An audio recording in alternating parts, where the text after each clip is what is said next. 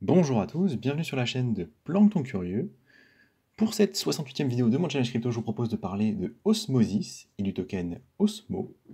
Et du coup, on est parti. Donc on va faire comme d'habitude.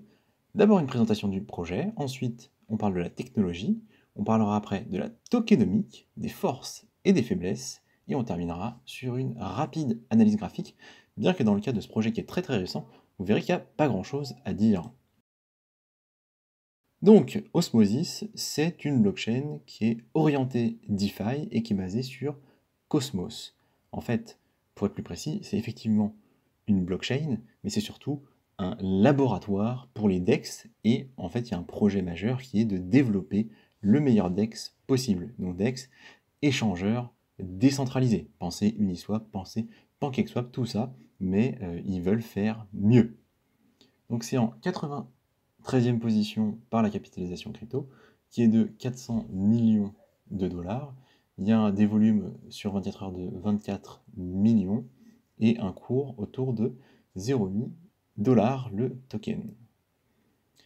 Donc ça a été fondé en 2020, le lancement a eu lieu en 2021, donc on a un historique de token qui remonte à cela, mais en fait il a juste pris la fin du bull market et la baisse, et il a été listé sur, sur les principales places d'échange, notamment sur Binance, que depuis octobre de 2022, donc l'historique est trop court.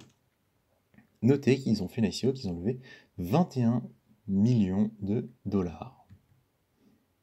Au niveau de la technologie du coup, donc on est sur une blockchain en proof of stake, bien évidemment, vu qu'on est basé sur un Cosmos SDK, donc avec le consensus Tendermine, dont on a déjà parlé sur la fiche Cosmos. L'idée c'était d'avoir un réseau qui était indépendant et une chaîne du coup qui est dédiée, une blockchain qui est dédiée à l'échange d'actifs, comme on l'a dit. Donc ils ont choisi de développer leur DEX sur leur propre blockchain. Donc proof of stake, comme je disais, donc rapidement validation des blocs en fait de la blockchain, des transactions par une preuve en fait de possession des tokens. Donc il faut qu'on ait des validateurs qui vont garder les tokens et qui vont du coup être récompensés pour ce service. On est en open source, mais ça ne nous intéresse pas plus que ça ici. Ce qui va nous intéresser, c'est en fait la partie Automated Market Maker, donc le AMM.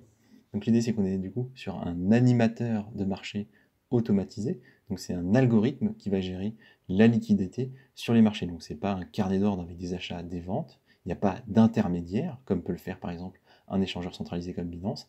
À la place, en fait, on a des pools de liquidité. Donc une pool, c'est une réserve dans laquelle certaines personnes vont prêter des fonds et être rémunérées pour ce service en taux d'intérêt, selon un taux d'intérêt fixé. Et de l'autre côté, des gens qui ont besoin d'acheter et qui vont accepter de payer du coup le taux en question. Donc l'équilibre se fait par au moins deux cryptos, en tout cas c'est ce qui se fait de façon classique. Dans une pool, vous aurez par exemple du Bitcoin et un stablecoin. Et il y a un équilibre des deux qui fait que, en termes de quantité, qui fait que si l'une des deux valeurs dépègue, perd de sa valeur, on va avoir un effet d'arbitrage parce qu'on va avoir intérêt à l'acheter bas pour pouvoir la revendre plus haut à son prix normal. Donc par ce phénomène d'arbitrage, on a un équilibre qui se fait automatiquement et qui est géré par l'algorithme.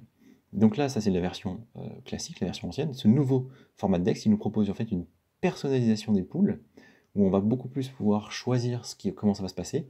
Par exemple, en ajoutant plus de paires, au lieu d'avoir juste deux actifs, on pourrait composer des pools avec 3, 4, 5, plus d'actifs, donc ça fait rentrer plus de personnes, ça fait un équilibre qui est un peu différent, en tout cas c'est personnalisable. On pourrait choisir un petit peu au niveau des périodes de lock, comment ça se fait, au niveau des frais. Parce qu'il faut savoir que ça, normalement, sur beaucoup de DEX en tout cas, ce sont des critères qui sont déterminés à l'avance par les créateurs, en fait, par les fondateurs, et qui ne sont pas modifiables. Et donc l'idée, c'est qu'on va pouvoir en fait s'orienter vers quelque chose d'un peu plus décentralisé. En tout cas, c'est ce qu'ils nous disent, parce que moi, je ne suis pas forcément d'accord sur le point de la décentralisation.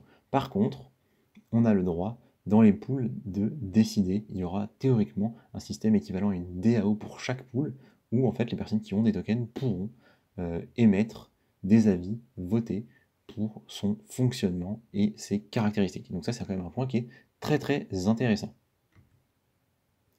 Au niveau du coup de la tokenomique, plutôt des tokenomics, on a une supply max de 1 milliard de tokens, une supply totale de 325 millions, et une supply en circulation de 49%. Donc vous comprenez qu'il y a un différentiel entre la total supply et celle en circulation. Donc je me pose la question de s'il y a eu du burn, mais je n'ai pas trouvé l'information. Au niveau de la répartition initiale, il y avait 100 millions de tokens. Donc au moment de la création, au moment du lancement du projet, ils ont émis 100 millions. Il y en a eu 50% qui sont allés aux stakers de Atom. Donc les gens qui sur la blockchain Atom stakaient des tokens ont reçu 50 millions de tokens. Enfin, ils se sont répartis, se sont partagés 50 millions de tokens Osmosis, donc c'est quand même un beau cadeau, et 50 autres pourcents sont allés à la DAO. J'imagine que ça a ensuite été réparti de façon à ce qu'on puisse en acheter sur les différents échangeurs, qu'on puisse du coup en acquérir. Au niveau de l'utilité du token, on a du coup les 3 points classiques du Proof of Stake, les frais de transaction, le stacking en Proof of Stake, et tout simplement la capacité à voter sur la blockchain pour du coup l'évolution du projet dans son ensemble. Les choses qui sont intéressantes à noter, c'est que la TVL est de 175 millions de dollars. Elle est en forte baisse. Au mois de mai de 2022, elle était à 1,5 milliard, soit quasiment 10 fois plus. Donc certes, la valeur du token a beaucoup chuté, mais quand même, c'est quand même quelque chose qui est notable. Au niveau de l'émission de tokens, on sait que l'année 1, il y a 300 millions de tokens prévus pour l'émission, donc ça, a priori, c'est passé. L'année 2, c'est 200 millions, l'année 3, c'est 100 millions. Donc voilà, c'est décroissant, et vous voyez, dans les premières années, il y a vraiment beaucoup de tokens qui sont émis. Maintenant, on va parler des forces et des faiblesses du projet de façon globale. Donc on a une proposition qui est assez intéressante, avec des éléments qui sont différenciants des DEX qu'on a l'habitude de voir, de génération antérieure, si on peut dire, notamment par le fait qu'ils possèdent leur propre blockchain, donc ils peuvent évoluer comme ils veulent, ils ne sont pas limités par en fait les évolutions ou les problématiques des blockchains, enfin des autres DEX qui n'ont pas leur propre blockchain. Il y a une communauté derrière le projet avec une petite hype, je trouve, en tout cas j'en ai entendu parler pas mal de fois et plutôt en bien. Au niveau de l'innovation, c'est là que c'est intéressant d'avoir sa propre blockchain, on peut dire qu'il y a quand même une certaine marge et qui vont justement, de par le côté un peu plus permissif de leur pool et le côté un peu laboratoire, pouvoir trouver de nouvelles solutions, pouvoir améliorer le fonctionnement des DEX. Donc ça, c'est quand même quelque chose de très appréciable et je trouve que de manière générale, c'est plutôt enthousiasmant. Maintenant, il ne faut pas oublier que sur Cosmos, il y a déjà un DEX qui fonctionne, qui s'appelle Gravity, donc qui est plutôt un équivalent de Uniswap, qui est plutôt sur le modèle antérieur des DEX, si on peut dire. Il y a au niveau de l'émission de token, comme je dis, beaucoup de libération dans les 2 prochaines années. Il y a beaucoup de tokens, donc théoriquement, le cours du token va subir en fait cette pression vendeuse. Donc à prendre en compte, théoriquement, il faudrait acheter après. Bon, après, on verra comment se comporte le marché de manière générale, mais ça, c'est pas favorable, on va dire. Le Cosmos SDK, qui, à mon sens, n'est pas si décentralisé que ça. De toute façon, on est sur du proof of stake, donc potentiellement, la centralisation est un problème. Mais voilà, on sait qu'il n'y a pas des milliers de validateurs. Donc, pour un échangeur qui se veut décentralisé, c'est quand même un peu limite, c'est un peu curieux quand même, c'est un peu cocasse. J'ai pas beaucoup vu l'utilité du token, on est sur du classique proof of stake, mais moi j'aurais bien vu par exemple une utilité du type dans les pools, il y a forcément une part de osmosis, tu vois, ça aurait du sens. Ne serait-ce que pour le token vraiment utile, nécessaire. Ils n'ont pas fait ça, je peux comprendre, mais du coup, je me pose des questions sur la vraie pertinence de détenir ce token-là, autre que pour juste faire des transactions. Donc voilà, c'est mon point. Bien évidemment, il y a toute la partie gouvernance, mais voilà, pour un investisseur qui veut juste hold, je ne sais pas si c'est super intéressant. La question se pose, je trouve. Notez qu'il y a eu un hack cet été, en 2022, 5 millions de dollars quand même, donc c'est pas rien, c'est quand même pas négligeable. Et selon certains propos que j'ai pu voir, selon certaines études, on peut anticiper que la technologie, en fait, derrière le Cosmos SDK, pourrait être dépassée dans les années à venir, c'est le cas pour beaucoup de blockchains, notamment avec les nouveaux arrivants tels que Cadena. À voir, là c'est quand même un propos, bon, je le mets parce que voilà, je me pose la question, à creuser, on verra, de toute façon ils ont peut-être une marge d'évolution qui est assez large. Ça c'est un point sur lequel je dis à réfléchir, je mettrai avec des guillemets, mais à surveiller du coup. Donc voilà globalement ce que je voulais dire sur Osmosis.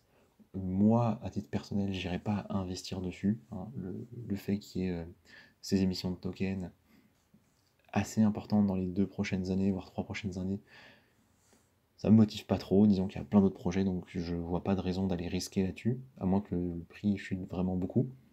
On verra bien, en tout cas pour le moment c'est non. Je vous propose d'aller voir graphiquement, mais on va être un peu limité. C'est pour ça que là on commence par CoinMarketCap pour avoir l'historique en fait le plus ancien possible. Donc on voit quelque chose à 5, c'était sûrement au-delà au niveau du jour du listing, mais on n'a probablement pas l'info.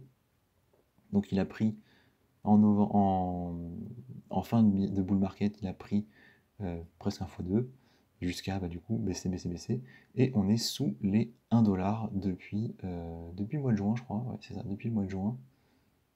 Depuis le mois de juin, c'est bien ça. Donc ça fait 6-7 mois maintenant que on est plutôt flat, plutôt plat, et qu'il se passe en fait pas grand chose, hein. Donc on va aller un poil plus précisément ici sur Binance, et on peut mettre aucun indicateur, hein, ça n'a aucun sens vu que il est là depuis 3 mois. Et monté, bien évidemment, il y a eu Binance. On voit que là il y a eu une mèche très très haute, je sais pas trop pourquoi, je crois que ça va jusqu'à 10$.